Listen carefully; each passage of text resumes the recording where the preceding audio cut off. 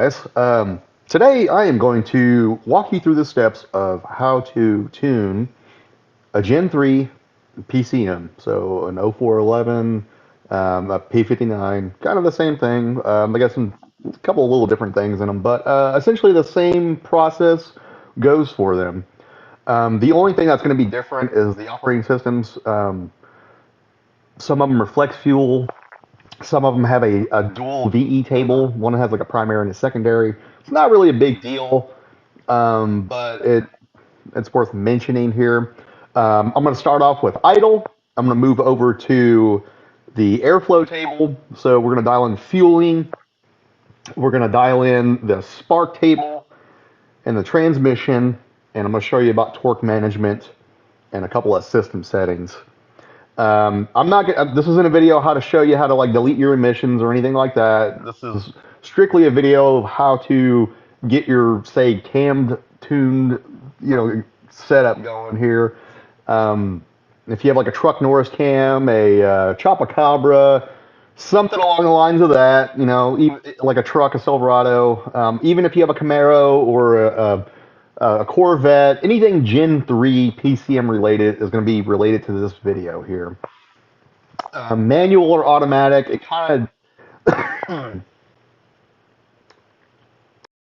manual or automatic, it kind of doesn't matter. There's a couple of different parameters and stuff for idle, but not really a big deal. So let's just dive right into it. We're going to start off by downloading your stock tune. So this once you hook up your I'll just close this out. Once you hook up your VCM or your HP Tuner's dongle to your vehicle, key on, engine off. You'll gather info right here. I don't have anything hooked up right now, so you'll see all your info. You'll click read, and it should start reading the vehicle. Now, if you have an 04 to 07 Classic Silverado, go ahead and pause this video right now before you even do any of that stuff and disconnect or go under your hood and take out your radio fuse and your radio amp fuse. You're going to thank me later. This is to prevent the PCM from breaking or having any kind of read issues. Now, I have seen other things cause noise in the wiring harness, such as trailer brakes, crappy wiring, underglow lighting, radios, amps, radar detectors. Anything can cause frequency noise to disrupt the signal. 0411s, you really don't have to worry about it too much, but P59s are really sensitive to that stuff, so just be warned before you start this process. There are plenty of videos on how to unbrick a P59. There's plenty of videos of how to do certain things with them, but it just goes along the steps of how to do this stuff. So we got our tune downloaded. I'm just going to go ahead and open up this 02 Suburban stock tune right here from HP Tuners. And that's going to be our stock tune that we're going to mess with. Before we begin modifying anything, go over here to File, Save As, and then rename it something else so you don't overwrite your as found. All right, I always save an as found just in case I need to go backwards with something. So first off, we got a cam. I'm going to use everything as theoretical here. So we have a Chopacabra cam or a Truck Norris cam in this 02 Suburban. He's got headers, an exhaust, and a crappy intake.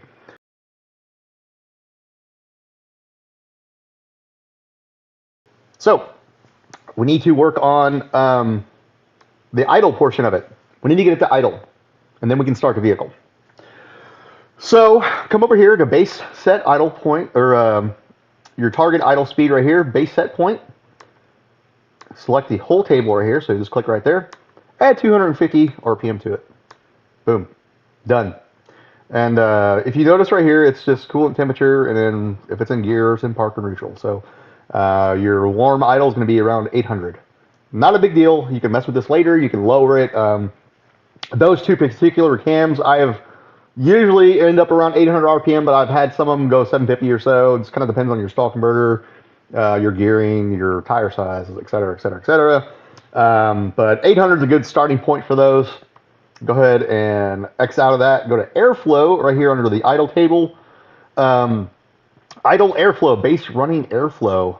Everything I'm doing right now is in grams per second. I don't do the pounds per hour that these come when you first open them. I don't do that. I do grams per second. It's a lot easier, and it's just what I understand. So we're going to add some airflow to this idle. We're going to go ahead and click that again. We're going to add 5 to it, just to start off with. You're probably going to end up around probably 9 or 10 grams a second. It really depends on just factors, but this will get you in the ballpark right here. And you go ahead and start it up. It should run pretty damn good. It's going to be rich as hell because, again, we still haven't messed with the VE tables or anything. But this should get you started. And it should run, and you should be able to check stuff like if your O2 sensors are working, your fuel pressure is okay, you don't have any oil leaks, you don't have any crazy rattles or anything, no exhaust leaks, things like that. So in order to do that, you go over here and just start logging it. So you can click that right there. It'll be red to start scanning it. And you'll start seeing it fill in tables like this. So we're just letting it idle right here. And this one's got a little bit of a fuel trim split. That's kind of, I'd probably look at an exhaust leak on this side right here. So it's probably reading some false air, or that O2 sensor is a little weak. Something's going on this side right here, definitely on bank 2, so that'd be passenger side. But we're going to ignore that, and we're just going to check and see if everything's just working properly. So we got our O2 sensors working. The voltage is going up and down. We're in closed loop. Temperature looks all right. Air intake temp looks good. The map sensor looks good, and the mass airflow sensor is reading. Got RPM. Our injectors are fairly even, not too bad, but we got to worry about this right here. We got this split fuel trim right here.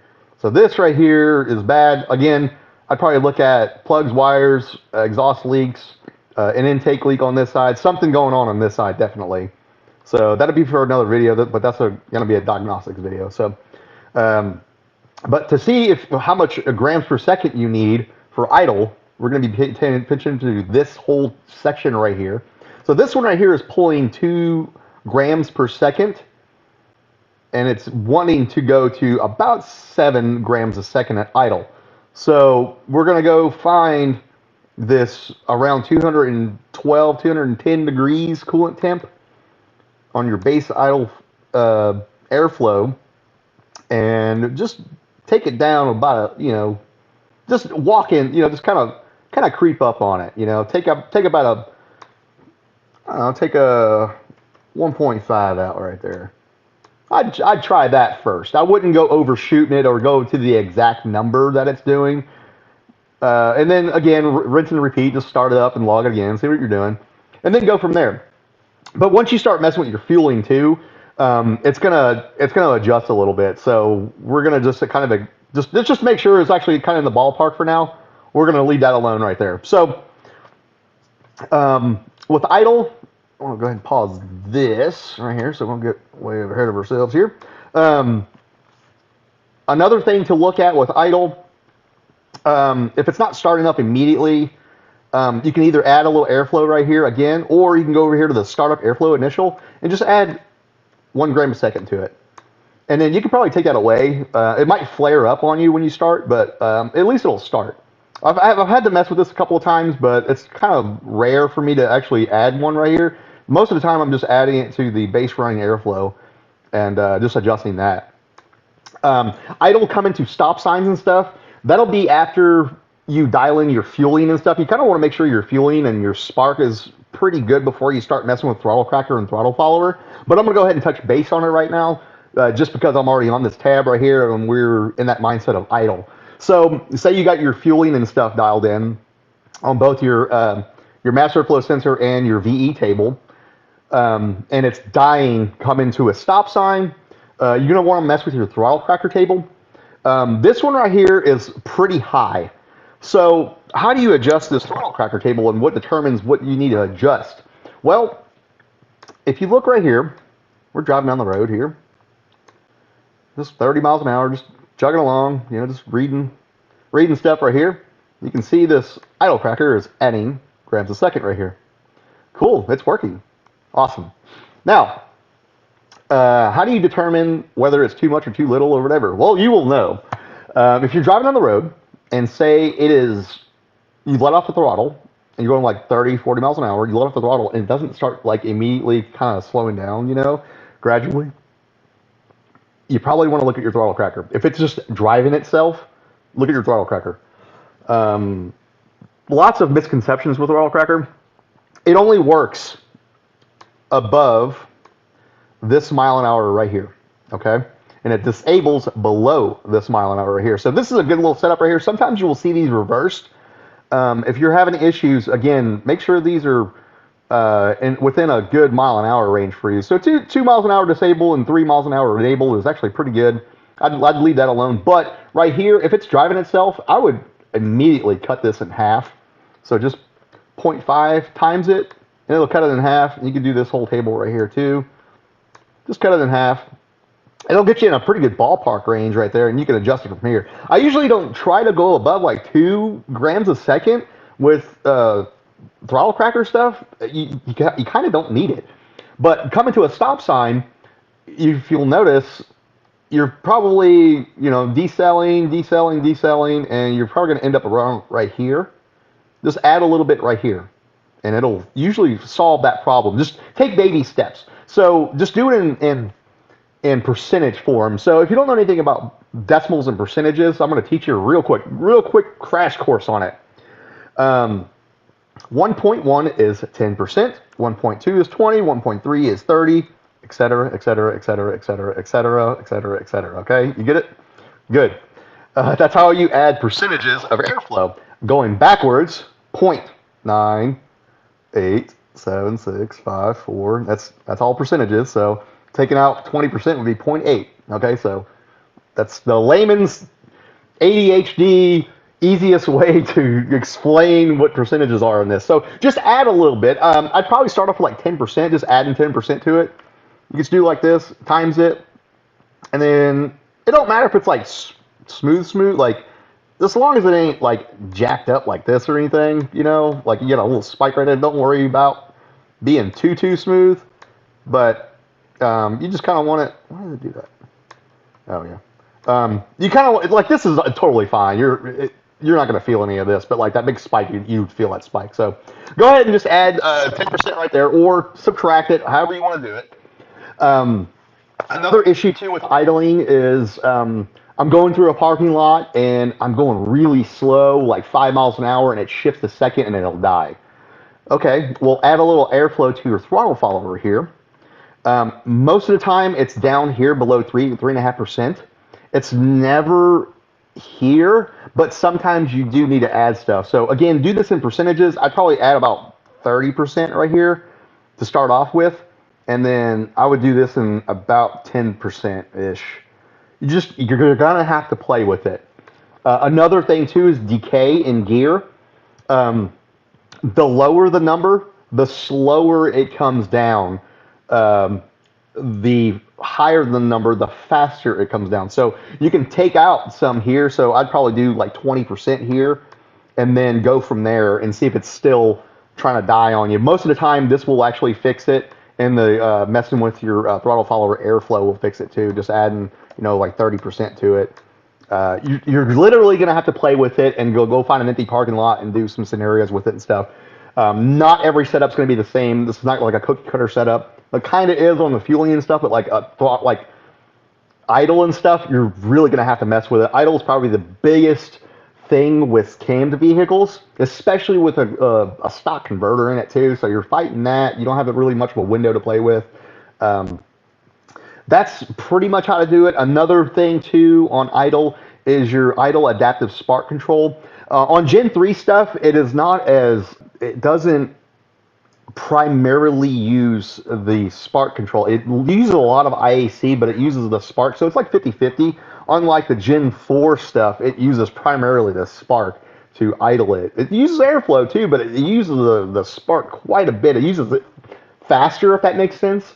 It's got more resolution. I mean, it should. So it still uses spark. It uses spark as kind of like an immediate fix. And it can't just sit there and adjust the IAC constantly, like moving it really fast in and out. It can't move fast enough. That little electronic motor cannot move fast enough. So it uses spark to adjust its idle as well.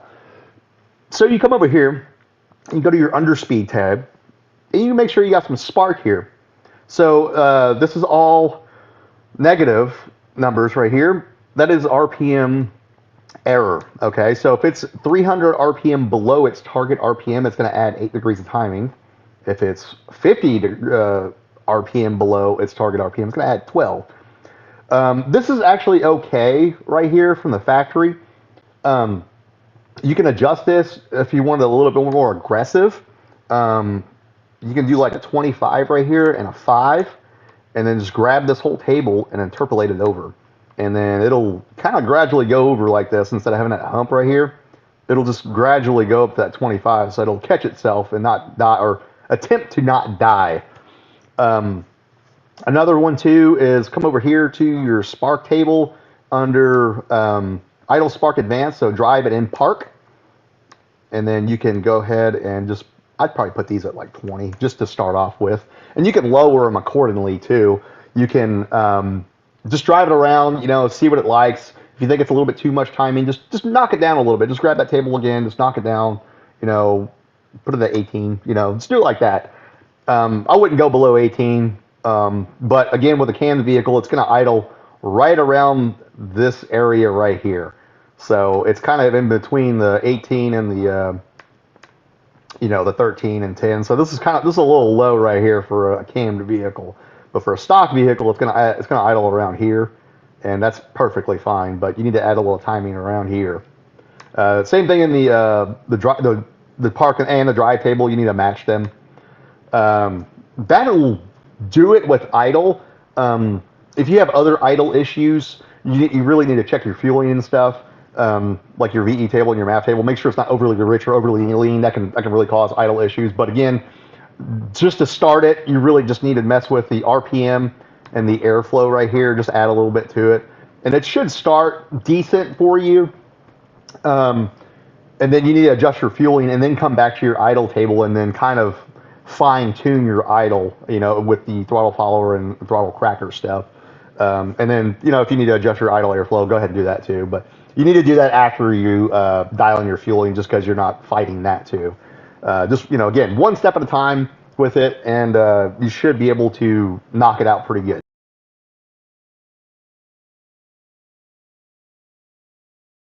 Okay, so we got idle knocked out of the way.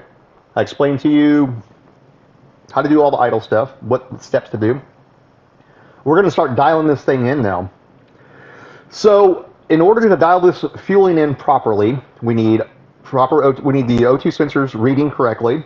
You know, no vacuum leaks, proper fuel pressure. We need, if you have different injectors, you need proper data for them. But assuming you just have stock injectors, just like a lot of these Chupacabra truck Norris cam 5348 60s are, don't worry about that, because we're not going to be messing with that stuff right now. This is basically a cammed only headers intake basic Silverado with 33s and 342 gears, 373 gears, whatever you got. Just a basic cookie cutter Silverado, Sierra, Suburban, Tahoe, whatever. So first and foremost, you need to separate the VE table and the MAF table.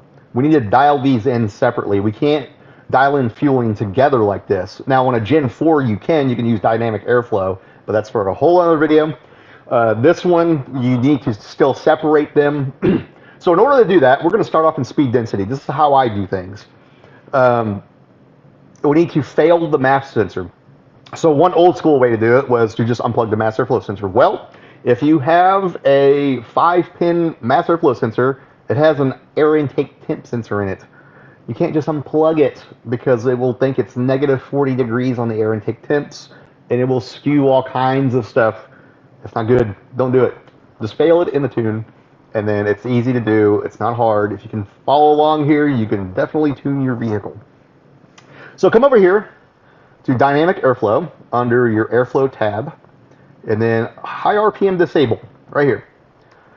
I'm going to set it at 8,000 RPM. And then what this does is, if you read right here, Just read that down there. I'm not going to read it out loud. You can pause the video.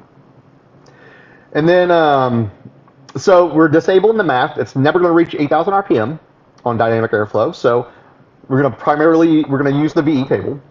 We're going to fail the math too. So we have to go to the engine diagnostic, go to airflow. You get your master flow frequency fail high. Put it at 1 so it immediately fails. And while you're here, set this map sensor code one right here to 105 across the board so we don't get a low map code with canned vehicles as we do. Scroll over here to your DTCs. We're going to fail on first error PU 101, 102, and 103. Let's set these all to mill on first error. This one back. We don't need that one. Okay. Misfire codes. I max out these tables. I never use these unless I am legitimately chasing a misfire that you can feel. Canned vehicles will cause false misfires, especially at idle. In the upper RPM range, it shouldn't cause any misfire codes or anything. But again, I just max these out just in case. Again, while you're here, just do it. If you need to diagnose a misfire, you can turn these back on, and you can set your channels list to pick up a misfire code on certain cylinders or whatever. So, and then you can diagnose it that way. I've had to do that before. So that one, this one, max it out too. Actually, you can just Control A, Control C, copies that whole table, Control V, boom, so you don't have to sit there and type a number the whole time. And then we're going to go ahead and after we've done failed the math, don't flash it yet, come over here to fuel, Stoich AFR. If you're running 87 octane with ethanol in it, so E10, or 89 or 93, 91, whatever, if it has ethanol in it, you need to change this. Some of these, like your table probably won't look like this. Sometimes they'll be all even. They'll be 14.7 all across the board. Sometimes it's just one number. Sometimes this is an E85 vehicle, so it actually has a lot of numbers. Change this to 14.1 if you have ethanol fuel, and forget it. Don't just leave it like that because that's 10% ethanol. Come over here to oxygen sensors. Turn off your long-term fuel trims. Open loop base. Turn off your short-term fuel trim in open loop. If it's already off, good for you. But make sure that's disabled too. Leave your power enrichment alone for now. We're going to mess with that last. Temperature control. Turn off your catalyst protection. Turn off D-cell fuel cutoff. And while you're here, I just set this to 1,000 so you're not hitting D-cell fuel cutoff when you actually turn this thing back on so you don't forget. Leave your RPM limiters alone for now. You're not messing with that stuff. Lean saving, just double check it. I've actually had one where it was actually enabled and I couldn't figure out why in the hell it was going so lean. Just make sure this is maxed out right here and you don't have anything going on right here. Not even going to mess with torque management or anything right now. So, all right. So we're ready to flash it and we are ready to dial in our VE table, correct? Yes. Cool. Start it up. Or flash it and start it up. Cool. Did it start? It should. It should start. If not, we're going to go ahead and take a little fuel out. So sometimes these are rich as hell. So I'll tell you how to take out some fuel real quick if it's not starting. So just come over here and grab that whole table right there and take out about 15%. So 0.85. Times it. And don't leave it like this because it looks like shit. Don't do that. Okay, I'll zoom in. Don't do that. That's gross. We're going to go over here and smooth it out right here. So grab that whole table right there and click the smooth button. See how nice that looks? That looks good, doesn't it? That's a pretty good start right there. So it took out a little fuel, so it's a little easier to start because these are going to be rich at idle. And then it should fire up right there. It should fire up pretty damn good. Let it warm up and then let the O2 sensor start working and doing their deal. So this right here, they're working, they're doing their deal right here. We're driving along, we're filling up as much of this information as we can, humanly possible. You are not going to hit a lot of these cells, don't worry about it. Just hit as many cells as you can, as many times as you can, okay? So if you notice right here, you know, I hit these cells quite a bit right here. This is the cell count. These I didn't hit that many times, but you need to work on them anyway. So you need to go drive this thing around for a good solid 30 minutes up to about 4,000 RPM and just try to fill in these cells right here. The more information you have, the easier this process is going to be for you. So say we did our log here. We got 30 minutes. We're just pretending. I'm going to go over here, right click this, or select the whole table, so left click it, then right click it, copy it, come back over here to your main DE, right click right here, paste special, and then since this one is pretty bad, like right here, like that's pretty rich, I'm going to multiply by whole percentage. So, don't do that, go backwards. Paste special, multiply by that one, okay? The multiply by half, it goes by half. So say the only time I would use that is if it was like something down here. Like you're not going to be able to, I mean you can if you want, you just highlight this right here and then go paste it. But I just did the whole percent because the majority of it's rich anyway. So I just did a whole percentage. Now if a majority of your table looks like this right here, I'm going to multiply it by half, if that makes sense to you. So something along the lines of anything below like 8%, I'm going to probably go by half. Anything in the double digits, I'm more than likely going to go whole percentage. So we copied it and pasted it, and it looks terrible. We got peaks and valleys. It looks like Excite Bike. If you guys don't remember that game, Google it. We need to fix this before we flash it because we got dips down here, and I mean, that looks terrible down there. Ugh, that is absolutely horrendous. That's horrible. So how to fix this? Come over here and smooth it out again. And what I like to do is I like to highlight the whole table instead of just clicking smooth. I like to see it in the 3D map, so I just click that 3D map right there. Click smooth a couple times right here. I'd probably go with that right there. That'd be all right. Don't go over exciting with it. Don't go ape shit with it, and so it looks like this. Like don't do that. That's not gonna run good. It needs to have a little bit of hilly stuff to it, so let it do its thing. Save that, log it, rinse and repeat until your fuel trims are within like 2 to 5%, somewhere around here, okay? If they're a little lean, fix those, but if they're a little rich that much, just leave it, it's fine. You're splitting hairs, but I'd rather a little rich than a little lean. Cool, we got our VE table dialed in. Let's switch over to math.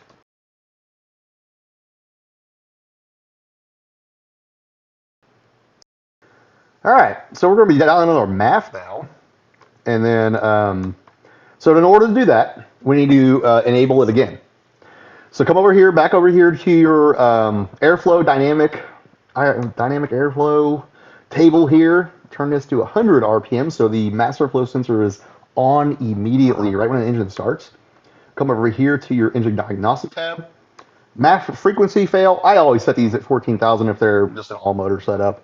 You can go as high as 65,000, but the most you're probably going to read is 10,000 on an all motor setup. You're not going to read anything above that. So come over here to your DTC setup again. Put these back to millisecond error.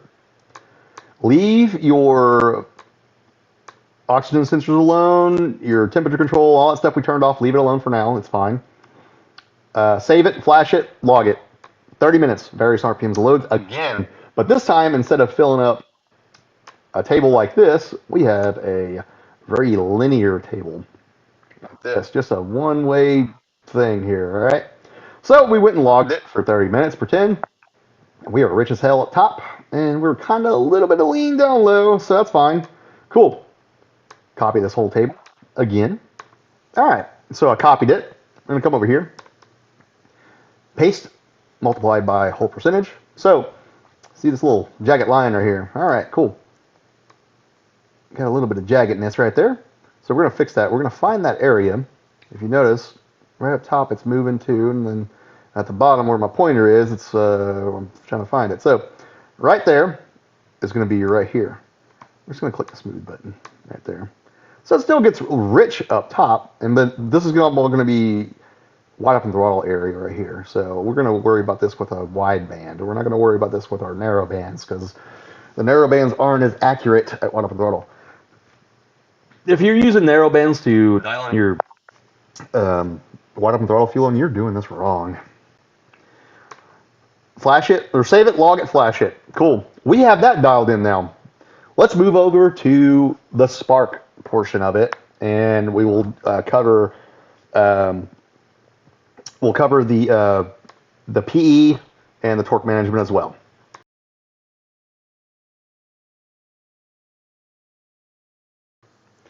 Um, you're gonna have to play with this again. A typical we're gonna start off over here on the high octane table. A typical LS with 706 heads, 799 heads, 243s, blah blah blah, cathedral port heads. Um, is going to like around 23 to 28 degrees of timing at wide open throttle. There's a lot of factors into that: fuel type, weight of the vehicle, compression ratio, um, just various things like that. What kind of cam you got, what kind of intake you got. There's a lot of variables into it. But again, your typical setup is 23 to 28 degrees of timing. Your wide open throttle table is going to be around here. So actually more than likely around here. So this is going to be wide open throttle right here. Um, Cylinder air mass is just a calculation of fuel and air mixed. If you are running a really rich mixture, you'll actually notice it going way over here somewhere. That's actually pretty damn rich for a cathedral port headed vehicle. Rectangle port's a little different. They're going to be up here somewhere. But again, this is just for rectangle vehicle or a cathedral port vehicle heads. A cathedral ported head vehicles. Anyway, right here, I'd probably add about 3 to start off with. Just across the board, it'll be all right. And then if you notice, we have this nasty hump right here. I'm going to get rid of that nasty hump. Just smooth it out right there. It'll be all right. Up here, I really wouldn't worry about anything up here. But again, your wide open throttle timing is going to be right around this area right here. So you can see it's only going to be at like 20 degrees, at like 5600. So not too terrible. I would leave it right there and then check your plugs for any kind of knock or anything, and then go from there. You can adjust timing down here too if you want some more part throttle timing. You can adjust it down here. What I like to do is actually copy and paste both these tables together. just have them the same. Now, when you get rid of the multipliers, so the fuel one, go ahead, come over here and zero it out. IAT one, we're not going to get rid of it, but we're going to deaden it quite a bit. This is pretty aggressive. And then, oh man, I don't want to do that. It's pretty aggressive. So we're going to go up here and knock it in half. And then I'm going to get rid of this table right here, copy it, zero it out, and then paste it right here. And then it should be okay. So about 95 degrees air intake temp, it's actually going to start pulling timing. And then right here, I'm going to knock this one in half too. So we go to 2 degrees. But if we get anything above like 113, it's going to start pulling a lot of timing. So that's like, getting into the throttle. So like out of the throttle, it's actually not going to take anything away, but like, driving around and stuff, it's going to take it away. So just be cautious of this. Don't go too crazy taking away a bunch of timing, but you can do what I just did and it'll be totally safe. If you got 194 degree air intake temps, then you probably need to pull that much timing. And you probably don't need to be flooring the vehicle. ETC, I never touched this table. It's actually pretty good from the factory. Some of them, you'll notice they won't have anything right here. It'll be zeroed out. Some of them, they will be like this, and they'll have timing taken out. I just leave it alone. I wouldn't worry about it too much. EGRs, I think 99 through 2001, I want to say. They will have timing right here. Just zero it out. If you're not using EGR, get it blocked off. You didn't hear it from me. Zero this out. If you got no cats, you didn't hear it from me. Idle spark, we touched that already. I just returned it back to stock. Knock retard, I always zero out the burst knock. I don't ever trust it because these vehicles are modified. They're old. They have loose motor mounts. They got stuff rattling under the hood. I don't want any of that stuff.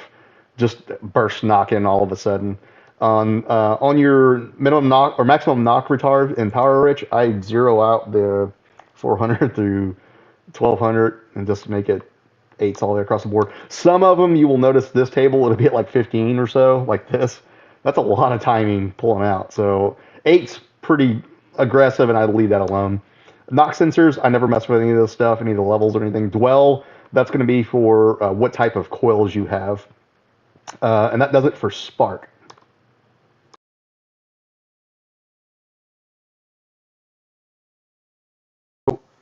Transmission and torque. All right, so transmission and torque management. We're going to start off with the transmission portion of this. Make sure you get your transmission type correct. It should be, if you just downloaded it from there, you didn't do a 480 swap or anything like that. Manual, don't have to worry about that. If you have a manual transmission, then you're gonna have to do the CAG stuff. Disable it at 0. Minimum coolant temp, just max it out. If you want to get rid of your CAGs. CAGs is a first to fourth shift thing. It's stupid. Get rid of it. Start off in shift general. Go to your force motor current. Some of the OSs will have a positive and negative. Some of them will just have a positive. Click on them, and then you see this table right here. I'm going to explain this here in a second.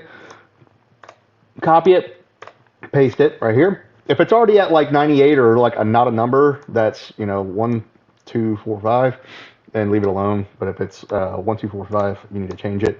So this is PSI versus transmission oil temp. So anything above 96 PSI, if it goes to 100 PSI, it's going to drop every bit of pressure. We don't want that. Why would you do that? GM, come on. So just copy that last table right there and paste it over, or second to last table and paste it over to the last table. Problem solved. Do that on the negative one too if you have that table as well. Again, that's exactly what that does.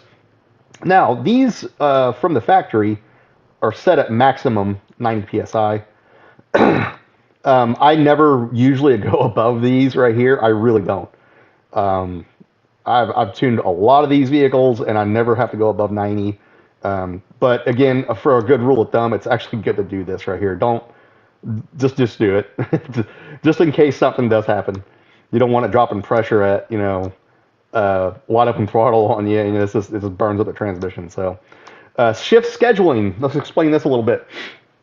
The PCM first looks for, at wide open throttle, the PCM first looks for mile per hour. So it has to meet this criteria right here before it even remotely thinks about going to RPM. So you need to make sure this meets the RPM before it needs to meet this mile an hour before it goes to this RPM. So what I like to do is just leave this kind of alone for now. Like if you got like stock gearing, if you got a stock converter and all that stuff, and just adjust it from here. So on these, they like to ship to $6,000, but you need to make sure your rev limiter is set to your desire. I'd probably set this at 6,500 and then 6,490 right here. And then if you have an ETC, electronic throttle control, make sure it's set at the appropriate rev limiters too, because you're gonna smack that limiter right there. But anyway, back over to the transmission though.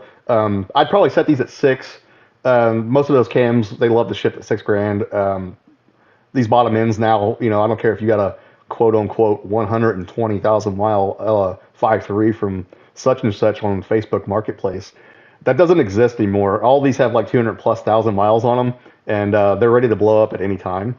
So just shift it at $6,000 if you're very uncertain. If you trust your bottom end and you think your head will flow more, be my guest and shift it higher. But your typical 5.3 racing Silverado is gonna shift at $6,000. I would just put it I just put it at $6,000. So not 600, $6,000, 1,000. And then I would just match all these tables. Again, the same with the shift speed too, just match the tables. Part throttle shift, you're gonna have to mess with that on your own.